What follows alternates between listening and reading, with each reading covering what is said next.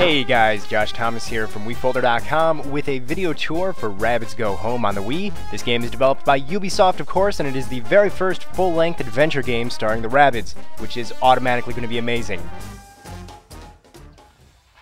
Alright, we're starting off on top of the roof of a shopping center. We're going to have a lot of fun here, but first, the game of course uses the Wii Remote and Nunchuck to control. Analog stick on the Nunchuck moves your little shopping cart around. As you can see, the bunny in back pushes it around.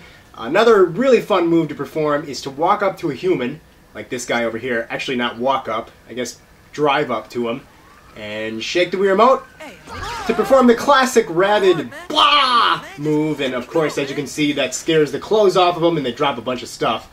Essentially, the idea of Rabbids Go Home is that you're going to be collecting all the items you can see here that have the little squiggly white circle around them. The goal of the game is that the Rabbids are trying to collect all the humans' junk to build a giant pile to the moon because they've decided that's where their home planet is. So that's what we're doing here, and it's a lot of fun. It's very addictive.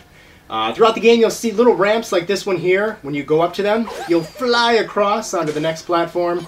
Yeah, you'll notice they're kind of like yellow arrows.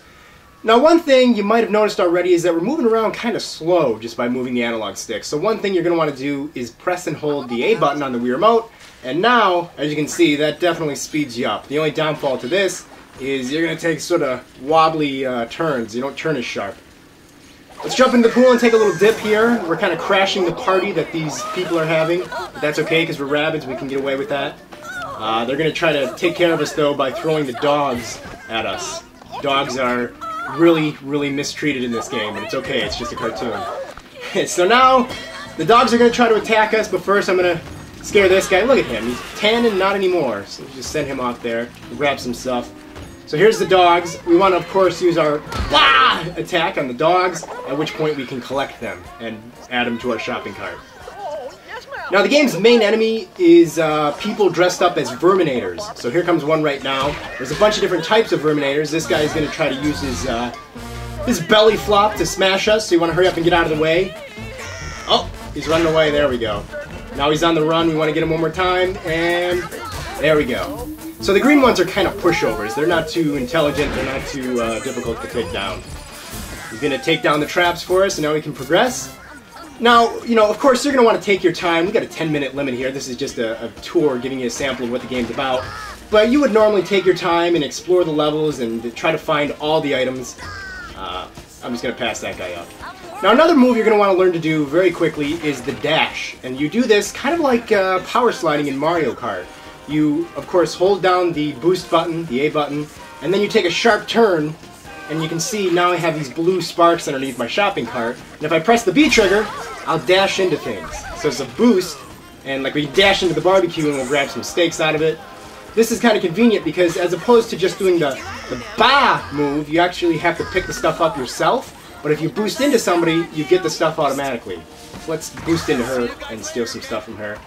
The humans are always fun to mess around with. Another thing you can use the boost for is to get up ramps and up the steps there. You'll see normally I wouldn't have been able to get that stuff if I didn't boost up it.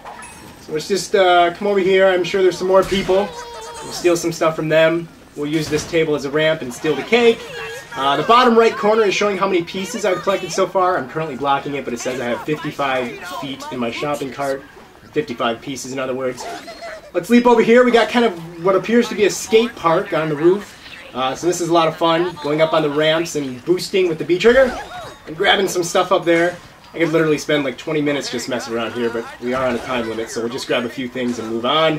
One thing that's really fun to do is when you see a human walking a dog, the dog's naturally going to chase after you, but if you scare them, or if you get bit by him, there we go, we'll scare him, and now, as you can see, he's dragging around the human, and so the whole game is just really funny, and, you know, very cleverly written.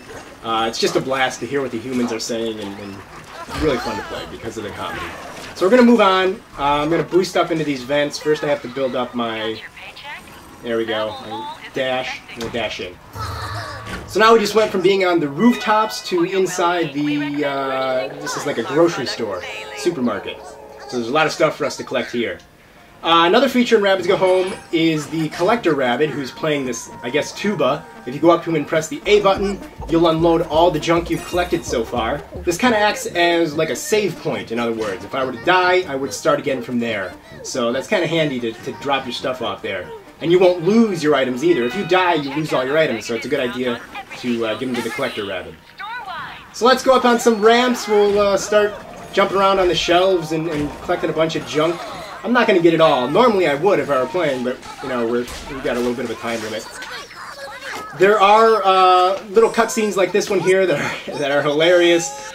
Usually you'll see a cutscene like this when you're interacting or finding an object for the first time. So there we found this little toy, little racer toy. If you dash into the vending machines, the green vending machines, you'll get stuff out of them.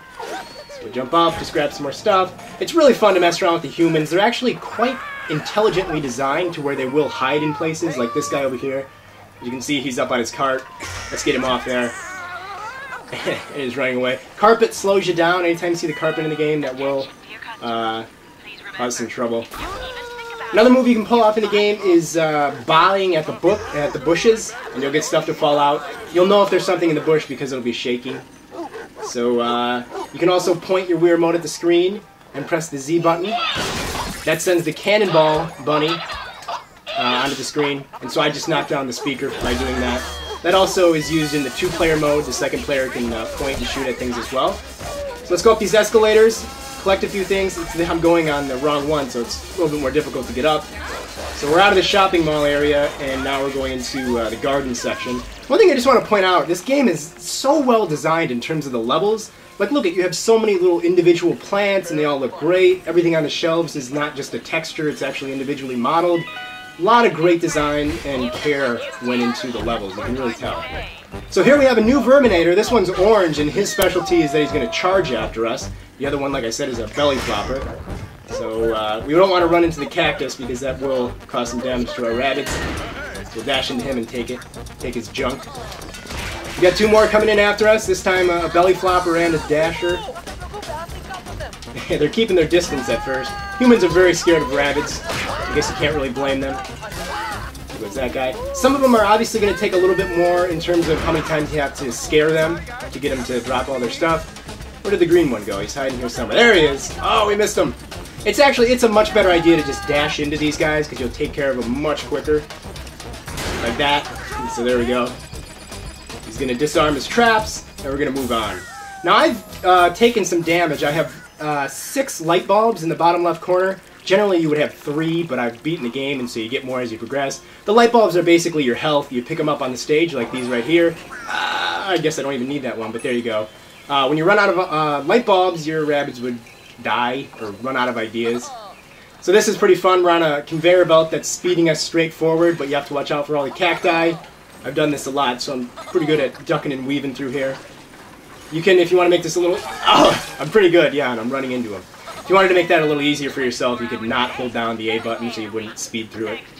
So yeah, I think that kind of gives you the basic overall idea of Rabbids Go Home. We're actually coming up to the end here. This is a somewhat shorter level because it's one earlier on in the game. But it's a lot of fun, you know. You might think, does it get boring or tiring just collecting a bunch of items? And to be honest with you, I've played the game like 20 hours and I'm definitely not bored yet. It's just really satisfying to try and collect everything. And it's really difficult to go back into stages and try and find all the items and collect them all. So we're going to dash up here. At the end of every level, you have to get the extra large item. So there's our extra large item for this one, the woman who is announcing over the intercom.